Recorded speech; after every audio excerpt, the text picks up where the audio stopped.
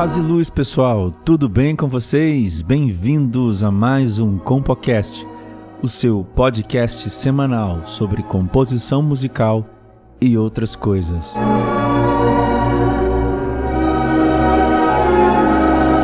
Seja muito bem-vindo, seja onde, quando você estiver, e eu espero que você esteja muito bem. Eu desde já agradeço a sua participação, a sua interação aqui com o Compocast, essa interação, essa participação que nos motiva a continuar produzindo o material que a gente produz. Nossa intenção é provocar reflexões e quem sabe a partir destas provocações positivas, estas provocações mútuas, a gente não possa chegar a algumas conclusões e estas conclusões nos despertem e nos levem para novos caminhos em nossa prática musical. Seja muito bem-vindo e vamos ao episódio de hoje.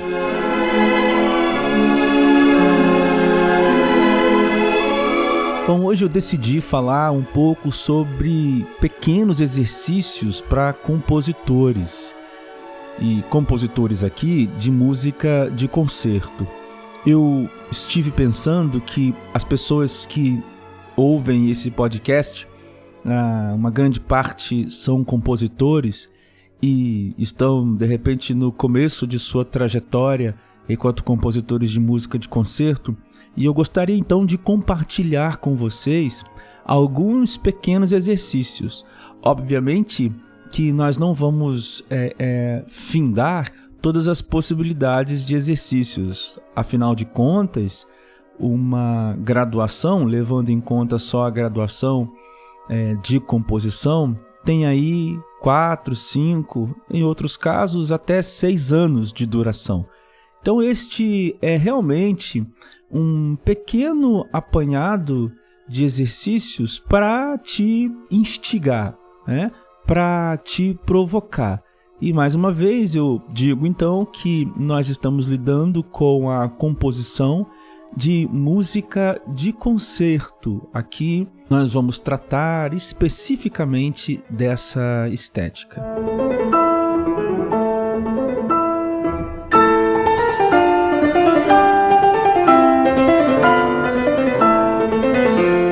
Eu também preciso dizer que para que você coloque em prática estes exercícios que já vou falar, é necessário que você tenha algum conhecimento prévio. Então, esses exercícios que vou agora falar, eles farão mais sentido se você, digamos, dominar estas condições prévias. Então, o que é que você precisa dominar para aplicar estes exercícios que já vou passar a dizer? Primeiro, você tem que dominar a escrita de música tradicional. Você precisa saber, assim, de maneira, digamos, intermediária, né, escrever música na partitura. Aquilo que chamamos, assim, de música tradicional, dentro da prática da música de concerto europeia, ok? Segunda coisa que você precisa ter é um conhecimento básico, introdutório, a respeito de instrumentação e orquestração. E eu não estou falando apenas de organologia, que é conhecer os instrumentos, as famílias dos instrumentos, mas também estou falando aqui de instrumentação e orquestração, ou seja, como estes instrumentos operam, seus limites, suas aplicações, tanto em formato solo quanto em formato coletivo. Quais são as relações resultantes de cada uma dessas aplicações, os limites das aplicações. Enfim, você precisa ter um conhecimento básico e introdutório a respeito de instrumentação e orquestração. E por fim, você precisa também dominar um conhecimento, digamos, intermediário a respeito de harmonia tonal. Você precisa dominar e compreender análise harmônica e harmonia em contextos tonais em tonalidades maiores, em tonalidades menores. Você precisa dominar as questões de modulação, as características de conduções harmônicas de cada período ou de algumas estéticas. Enfim, um conhecimento intermediário acerca de harmonia tonal. Isso tudo eu digo que é preciso que você domine, porque nós estamos aqui no campo da música de concerto. E eu acredito que estes conhecimentos são basilares mesmo. Caso você queira, por exemplo, cursar uma graduação em composição, estas áreas aqui que eu pontuei e muitas outras serão muito aprofundadas, porque elas realmente constituem a base tanto do ensino quanto da prática composicional da música de concerto, digamos, ocidental.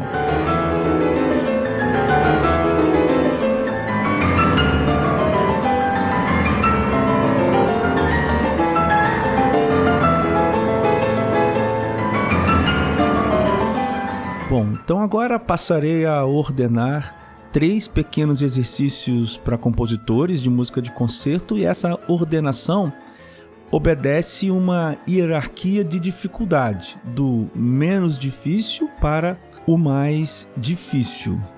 Bom, primeiro exercício, então, seria o seguinte: compor uma peça utilizando apenas 2 notas. Vou repetir: compor uma peça musical utilizando apenas 2 notas. Na verdade, esse exercício é um exercício clássico, assim, dentro do ensino da composição. Escrever uma peça contendo só 2 notas. E depois você pode se dar um pouco mais de liberdade. Compor uma peça com apenas 3 notas. E eu diria, por fim, compor uma peça com apenas 4 notas. Diria para você começar com 2 notas, depois 3 notas e, por fim, 4 notas. E ao chegar nessa peça de 4 notas, eu acredito que você estará mais habilitado por ter trabalhado com uma restrição maior no caso da peça de 2 notas. Bom, o que a gente trabalha, né, nesse tipo de situação, onde tem essa restrição, né, nas alturas? Bom, você precisa então aqui pensar profundamente em diversificação rítmica, né? Se você não tem tantas diferenças de altura, né, você tem só, digamos, 4 notas, você tem que ritmicamente expô-las de forma mais contrastante, para que você consiga, né, produzir uma narrativa um pouco mais satisfatória. Você precisa também pensar em diversificação timbrística, porque são 4 alturas, mas estas alturas elas não estão, digamos, fechadas no registro. Veja, quando eu digo um Dó 3, por exemplo, eu estou dizendo uma classe de notas, que é o Dó, e estou dizendo também qual o registro desse Dó. Mas quando eu digo só Dó, então pode ser o Dó 3, pode ser o Dó 4, pode ser o Dó 5, pode ser o Dó 1, em diferentes oitavas, não é? Então, quando a gente trabalha com 4 notas, por exemplo, que foi a restrição colocada aqui, e não 4 registros, mas 4 notas, 4 classes de notas ou classe de alturas, né? O que você pode também trabalhar é essa diversificação de timbre, porque você pode fazer esta altura numa oitava X, ali na frente a mesma altura, entre aspas, numa oitava X mais 1, e assim por diante. Então, existe aqui uma diversificação de timbre. Obviamente, você também tem que pensar em diversificação de articulações. Então, as articulações farão mais parte daquilo que você vai pensar musicalmente.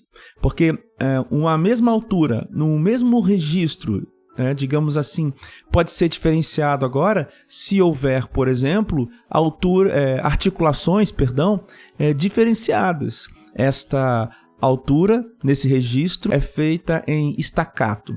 Agora, esta mesma altura nesse mesmo registro é feita em tenuto. Obviamente que quando a gente fala de articulação, está aí de mãos dadas, né, a questão da dinâmica, né? E a dinâmica tem a ver com a amplitude que a gente vai pensar, né? Pode ser piano, pode ser mezzo piano, pode ser fortíssimo, pode ser esforzando, enfim, há várias dinâmicas. Então, quando você restringe mais as possibilidades de altura, obviamente que os outros parâmetros musicais passam a ser mais importantes para você, porque eles se tornam o seu maior repositório, né, de material para ser usado dentro da sua composição. E observe que isso acontece com restrição em qualquer outro parâmetro. Supondo que a gente faça uma restrição de uso para certos ritmos. Não, eu vou usar apenas colcheias, semicolcheias nessa ordem, usar apenas fusas, semifusas. E existe uma expressão que pode ser usada nesse caso, que é pontos de ataque. Então você pode, por exemplo, determinar que vai usar apenas tais pontos de ataque. Esta expressão, só abrindo um parênteses, esta expressão foi cunhada pelo Milton Babbitt. Você depois pode pesquisar sobre isso, fecha parênteses. Então, quando você restringe a questão rítmica, obviamente, a questão das alturas, do timbre, das articulações e dinâmicas acaba sendo uma opção que você tem que recorrer a um número maior de vezes, já que há um parâmetro restringido. Eu vou deixar uma peça aqui como exemplo, que é uma peça composta por mim num curso de composição, num seminário de composição que fiz nos Estados Unidos em 2014, na Universidade de Notre Dame, em South Bend, pertinho de Chicago. E um dos exercícios que nós tivemos, foram vários exercícios de composição como esses, mas um deles foi esse de compor com apenas 4 notas, né? E na época o Brasil passava por aquelas questões todas das manifestações nas ruas, melhor dizendo.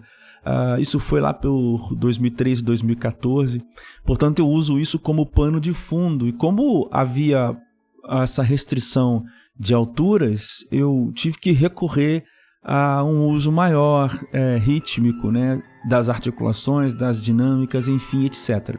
Eu vou deixar essa peça, o PDF dela, como exemplo, para que você possa dar uma olhada, né? Eu nunca apresentei, né, essa peça, mas acredito que passando, né, de 2 notas para 3 notas e 4 notas, eu chego nessa experiência que, no mínimo, pode ser apresentável, né? Mas foi um caminho percorrido até aí.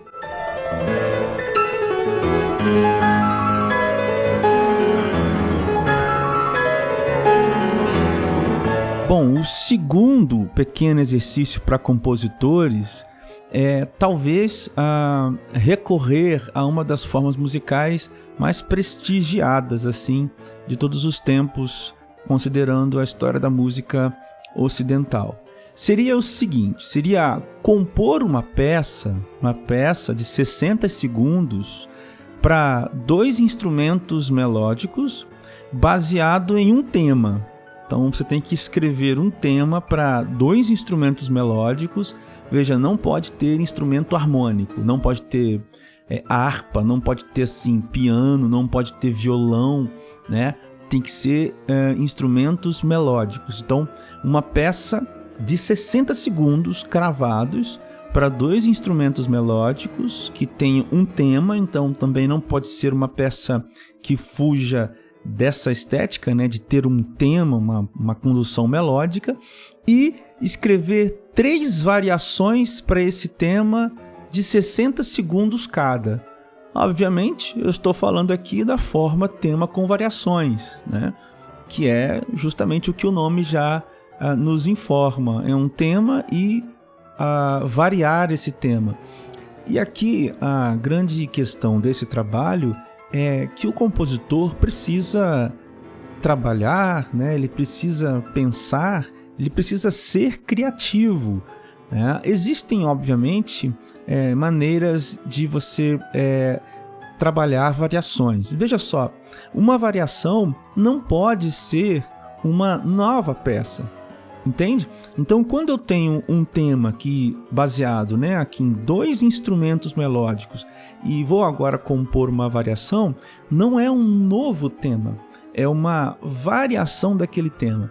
Então, a variação ela pode acontecer em vários parâmetros. Aqui você não tem a restrição do exercício anterior, mas ao mesmo tempo você tem uma restrição maior no sentido de que o resultado, né, que é a variação, não pode ser uma outra melodia. Ela deve ser aquela primeira melodia variada. Então, as variações acontecerão nos parâmetros, nas alturas, nas durações, no timbre, nas articulações, nas dinâmicas, de modo em que haja uma coesão interna na obra, provocada pela similaridade entre o tema e suas variações. Então, há aqui uma paleta, digamos assim, de possibilidades maior para o compositor, mas ao mesmo tempo há uma restrição, porque não é simplesmente compor vários temas, é compor um tema e aplicar 3 variações deste mesmo tema. Aliás, eu aconselho a você que me escuta e se interessa por composição a dar uma olhada detalhada sobre esse assunto. Tema com variações, essa forma, ela é perseguida, né, assim, por quase todos os compositores, né? Nós temos Beethoven, Brahms, Rachmaninoff e uma série de outros compositores que são mestres nesta forma, ou seja, dominar esta forma, né, musical, que é o tema com variação, é assim uma busca obrigatória para o compositor. E eu deixo aqui como exemplo para vocês o caso de Brahms, que escreve uma série de variações sobre um tema de Paganini. No caso, Paganini, o violinista, no século XIX, no início do século XIX, escreve 24 caprichos. Caprichos são formas musicais livres, né? E então o Brahms pega o 24º capricho, que é tido como mais difícil, faz uma transcrição para o piano, né? E depois desenvolve as suas variações. Então eu deixo para você o link aqui para você acompanhar a partitura com o vídeo. Lembrando que no nosso caso, o que eu estou propondo é uma construção de uma peça de 60 segundos para 2 instrumentos melódicos. E por que não direto o piano?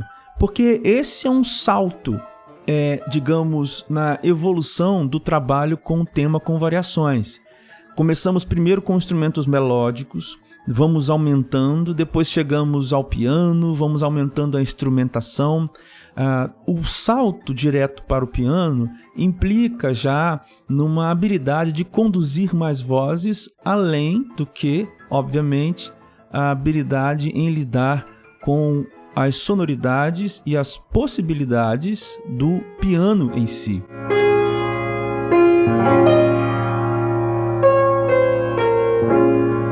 Por fim, eu deixo você então com esse terceiro pequeno exercício. E ele consiste, né, em fazer algo que eu acabei de dizer, é uma transcrição. São transcrições. O que seria então esse terceiro pequeno exercício? Eu diria o seguinte, que você escolha uma pequena peça para piano solo e faça uma transcrição dessa peça para uma formação de câmara ou uma formação orquestral. Repetindo, ampliar então uma pequena peça para piano solo para uma formação de música de câmara, né, uma formação camerística ou até mesmo uma formação orquestral. E o caminho contrário também é válido, né? Pegar algo que está escrito para formação orquestral ou uma formação camerística e aplicar ali uma transcrição de redução, né, para o piano, né? E o que acontece nesse trabalho, né? Bom, aqui você vai trabalhar o intercâmbio entre texturas e restrições rítmicas, harmônicas, melódicas e do instrumento em si, né? Por exemplo, nós temos o Clair de Lune, que é o exemplo que eu estou deixando aqui, né, para vocês também, música que nós estamos ouvindo durante esse podcast. Clair de Lune é escrita para piano solo por Debussy, mas nós estamos vendo, e eu deixo para você aqui no link, uma versão desta obra, né, para piano solo, uma versão dela para orquestra sinfônica. E outra versão da mesma obra, que é a original para piano solo, para harpa. Então veja que aí há o processo de transcrição. Mas começar com o Debussy é um salto muito gigantesco, né? Como então eu diria para você aplicar esse terceiro pequeno exercício? Com peças pequenas. Por exemplo, deixo também aqui para você, na descrição deste episódio, o Prelúdio em Mi menor, Opus 28, número 4, do Chopin. Inclusive fica como exercício para você, né? É um prelúdio de uma peça, de uma página só, bem pequenininho assim, e você vai lidar ali com questões complexas, porque há ali naquele prelúdio uma textura já pronta, né, exibida. Ao tocar você vai sentir, ou ao ouvir a peça você vai perceber isso. Como transcrever, essa é a grande questão, transcrever esses efeitos, estas relações harmônicas, rítmicas de alturas já estabelecidas na peça originalmente escrita para piano, numa formação, por exemplo, de orquestra sinfônica. Isso te leva a ter, né, e trabalhar o conhecimento de instrumentação e orquestração, tão necessário para compositores. Outro exemplo que eu deixo com vocês, que também está na descrição aqui deste episódio, é o Prelúdio número 2, na série 2 do Caderno 1, do Cláudio Santoro, que é um compositor brasileiro. E nesse vídeo sou eu mesmo interpretando essa peça ao piano, e é uma peça super curtinha, não é difícil de tocar, e nela você pode, por exemplo, observar que há, assim, texturas, né? Que há conduções, que há assim uma melodia, né? Então, como que você vai transcrever uma peça como essa para formações diferentes, né? Que seja para um quarteto de cordas. Você vai lidar com questões, o que um violino pode fazer, o que dois violinos juntos fazem, o que uma seção de cordas, uma seção, por exemplo, de primeiro violinos vai fazer, né? Ou vai possibilitar em termos de som. A mesma nota tocada por um violino tem uma sonoridade, a mesma nota tocada por 20 violinos tem outra sonoridade. Então, estas questões. Então, você veja que aqui, nesse terceiro caso, você não tem restrição, as mesmas restrições do exercício 1 e do exercício 2, mas há uma grande restrição pela dificuldade de criar esse intercâmbio, né, entre texturas e as restrições técnicas da própria formação instrumental por você escolhida.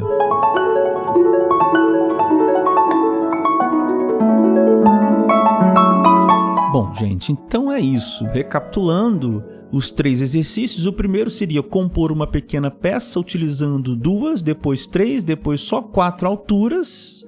O segundo exercício seria compor uma peça de 60 segundos para 2 instrumentos melódicos, né, em que haja um tema escrito para esses 2 instrumentos e 3 variações para esse mesmo tema de 60 segundos cada. E o terceiro exercício seria criar, né, transcrições de pequenas peças para piano solo, transcrevendo para formações maiores e vice-versa, pegando peças de formações maiores e transformando para, por exemplo, peças para piano solo.